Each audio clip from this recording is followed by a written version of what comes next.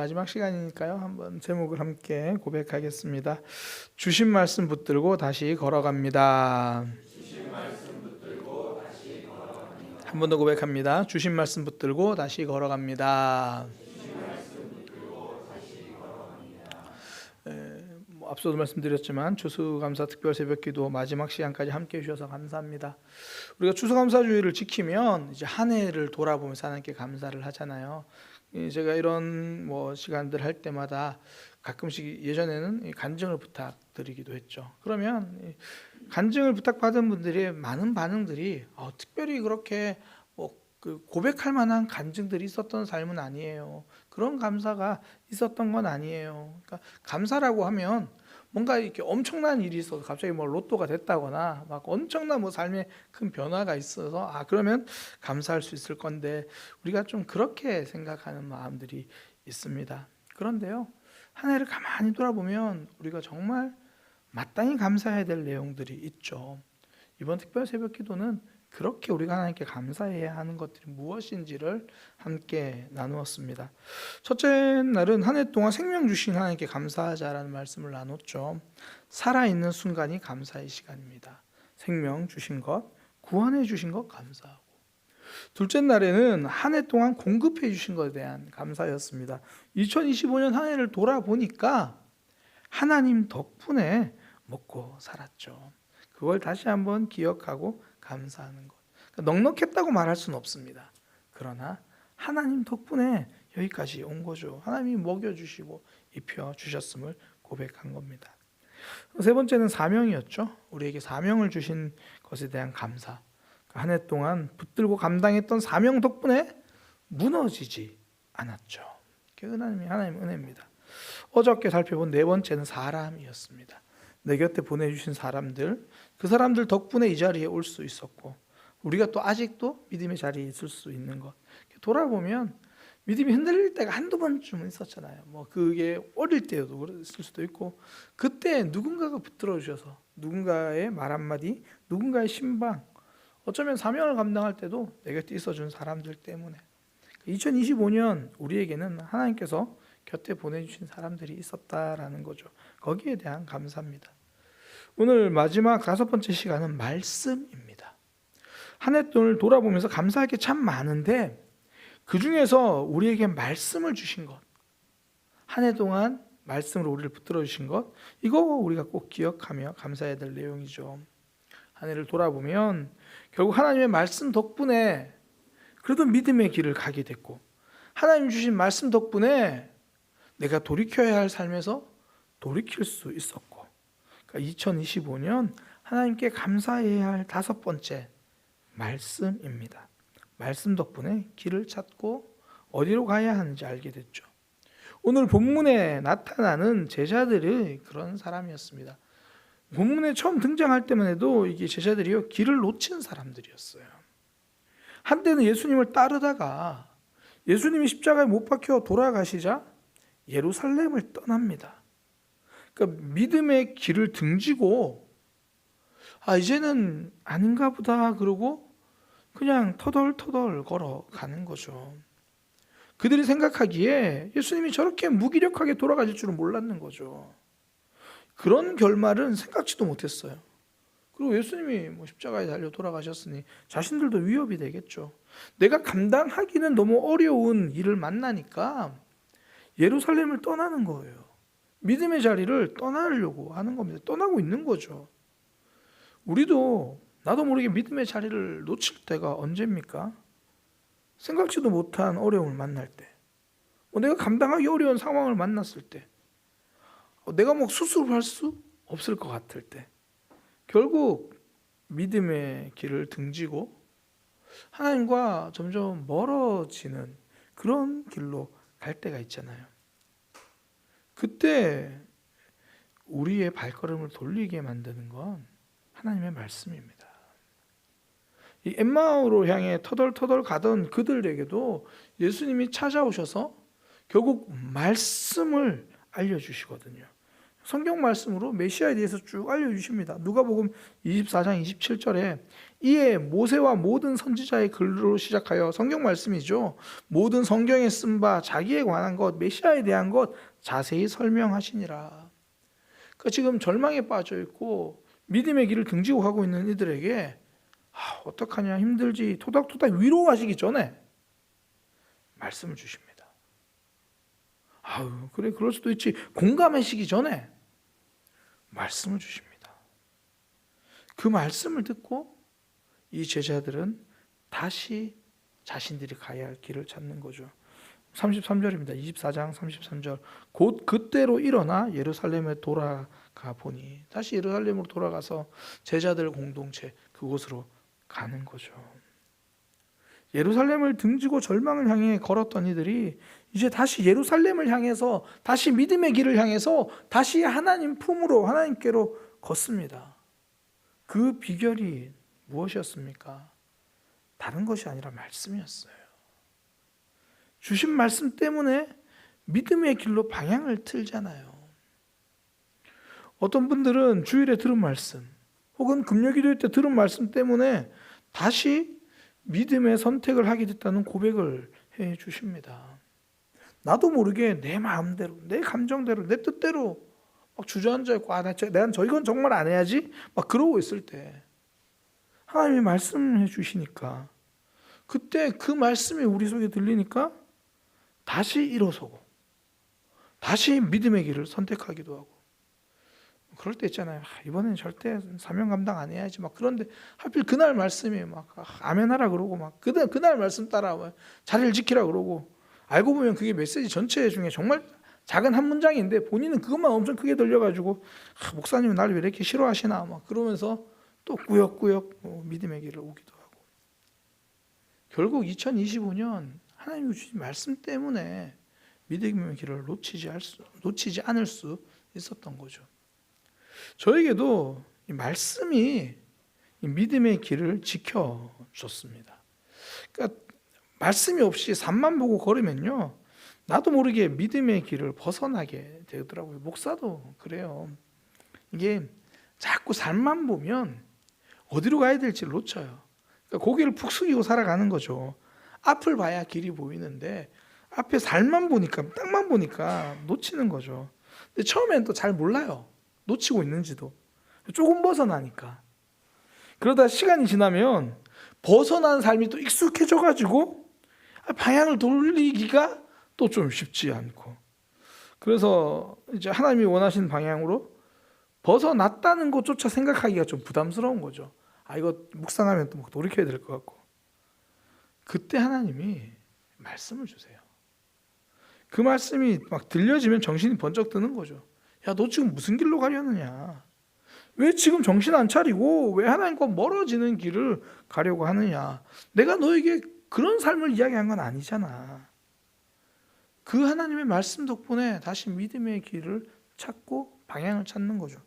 저한테는요, 말씀이 꼭 이 졸음운전을 깨우는 클락션 같아요. 이 고속도로 달리다 보면 앞 사람이 뭐 조는 것 같으면 클락션을 울려주세요, 뭐 그런 게 있거든요. 요즘 차는 뭐 다 좋아서 차선을 다 시켜주긴 하던데, 제 차는 뒤에서 꼭 클락션을 울려줘야 돼요. 졸고 있을 때 뒤에서 빵빵 같은 소리가 나면 순식간에 잠이 사라지죠. 하나님의 말씀이 그렇습니다. 말씀의 클락션이 울리면 저도 몰래 믿음의 차선을 벗어나고 있어도 다시 제자리를 찾는 거예요. 올 한 해도 하나님의 말씀이 여러 번 제 믿음의 잠을 깨우는 클락션 역할을 해주셨습니다. 아마 우리 모두에게 그런 역할을 하나님이 해주셨겠죠. 뭐 때로는 훈련학교를 통해서도. 저는 가장 최근에 이제 에스라 말씀 묵상하면서 에스라의 믿음의 모습이 꼭 저를 책망하는 것처럼 다가오더라고요. 에스라 8장 22절인데, 이는 우리가 전에 왕에게 아뢰기를 우리 하나님의 손은 자기를 찾는 모든 자에게 선을 베푸시고 자기를 배반하는 모든 자에게 권능과 진노를 내리신다 하였으므로 길에서 적군을 막고 우리를 도울 보병과 마병을 왕에게 구하기를 부끄러워하였습니다. 그러니까 에스라가 페르시아 이제 왕에게, 뭐 황제에게 그렇게 말한 거예요. 하나님을 붙드는 백성들을 지켜주십니다, 뭐 이렇게 이야기를 한 거예요. 근데 막상 이제 페르시아에서 예루살렘을 떠나려고 하니까 많은 어려움이 있잖아요. 그래서 왕에게 뭐 병사나 이런 군대를 좀 보내서 좀 지켜주시면 안 돼요? 이렇게 말하기가 너무 부끄러웠다는 거죠. 자기가 하나님이 우리를 지켜준다고 말해놓고 정작 이제 막상 길 떠나려고 하니까 그래도 병사 좀 보내주세요. 이런 부끄러운 일은 난 하지 않았다. 하나님을 믿는다고 말하면서 다른 것 의지하지 않았다는 고백이죠. 저는 이 한 절이 저한테 너무 큰 책망처럼 들렸어요. 야, 너는 믿는다고 말하면서 그 믿는다고 말하는 대로 선택하고 있냐? 특히 에스라가 이제 말씀을 가르치는 사람이잖아요. 넌 강단에서 설교하고 있는데 그 설교한 대로 살려고 몸부림치고 있냐? 이런 말씀이 들리면 정신이 번쩍 들어요. 하나님의 말씀이 믿음의 졸음을 쫓아내는 클락션이 된 거죠. 우리도 소그룹에서 뭐 말씀을 나눌 때 이런 말씀들을 많이 경험하잖아요. 나는 지금 하나님이 기뻐하시는 길을 가고 있느냐, 아니면 내가 기뻐하는 길을 선택하느냐. 나는 지금 내가 내 상황에서 지금 내가 할 수 있는 사명을 찾고 있느냐, 아니면 사명을 감당할 수 있는 힘을 구하고 있느냐. 말씀을 통해서 하나님의 클락션 소리가 들리죠. 그때야 이제 믿음의 차선 이탈해서 정신을 바짝 차리고 다시 바른 길에 들어서죠. 신앙생활은 저는 기차 여행보다는 고속도로 운전 여행인 것 같아요. 기차는 특별한 일 없으면 선로를 이탈하지 않아요.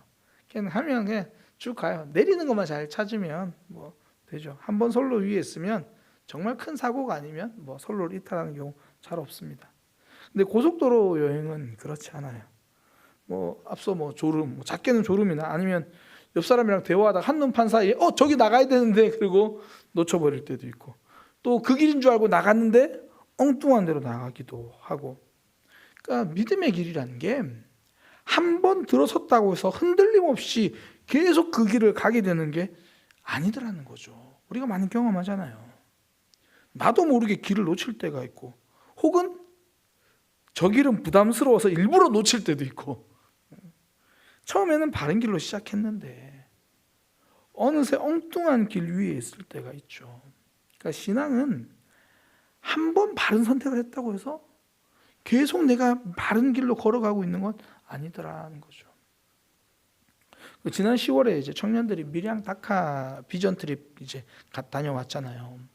다녀와서 이제 뭐 받은 은혜, 도전 받은 거 함께 나눴는데, 그때 많은 청년들이 선교사님이 해주신 말씀 중에 밭에 씨 뿌리는 비유의 말씀이 참 은혜가 되고 도전이 되었다, 그런 얘기를 하더라고요.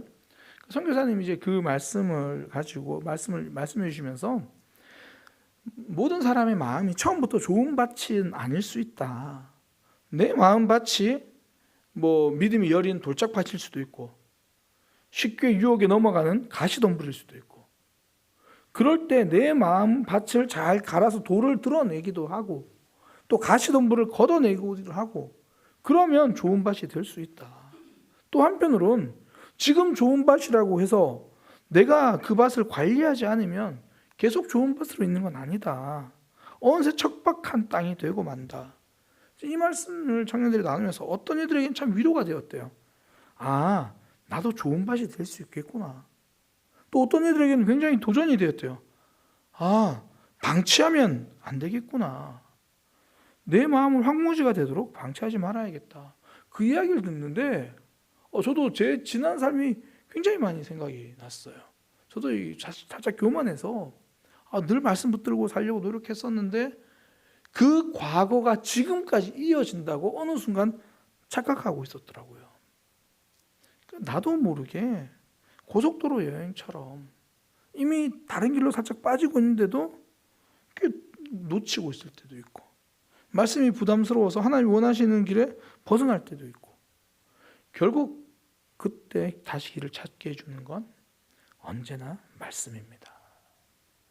하나님의 말씀 덕분에 다시 믿음의 길을 걷게 되는 거죠.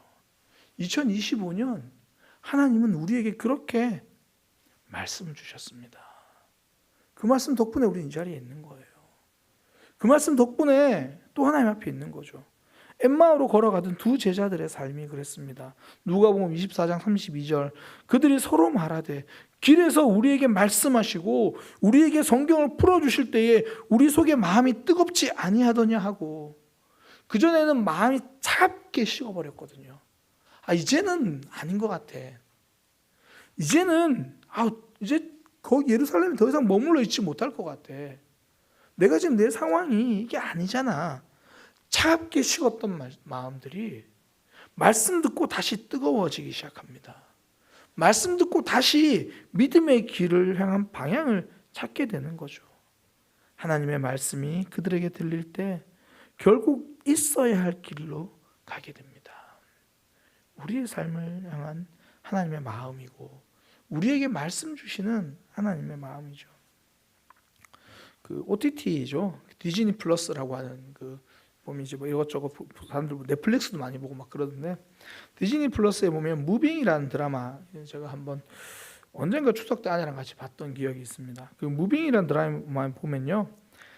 장주원이라는 남성이 등장하는데 길치로 굉장히 나와요. 그러니까 길을 못 찾아요. 그러니까 어디로 가야 될지 몰라서 막 그러고 있는데 그때 오토바이로 이제 커피를 배달하는 여성이 그에게 길을 설명해 줍니다. 이렇게 말해줘요. 저기 교회 종탑 보이죠? 저기 빨간 십자가. 여기 골목 많아서 헷갈리니까 저 십자가만 보면서 쭉 가다 보면 돼요.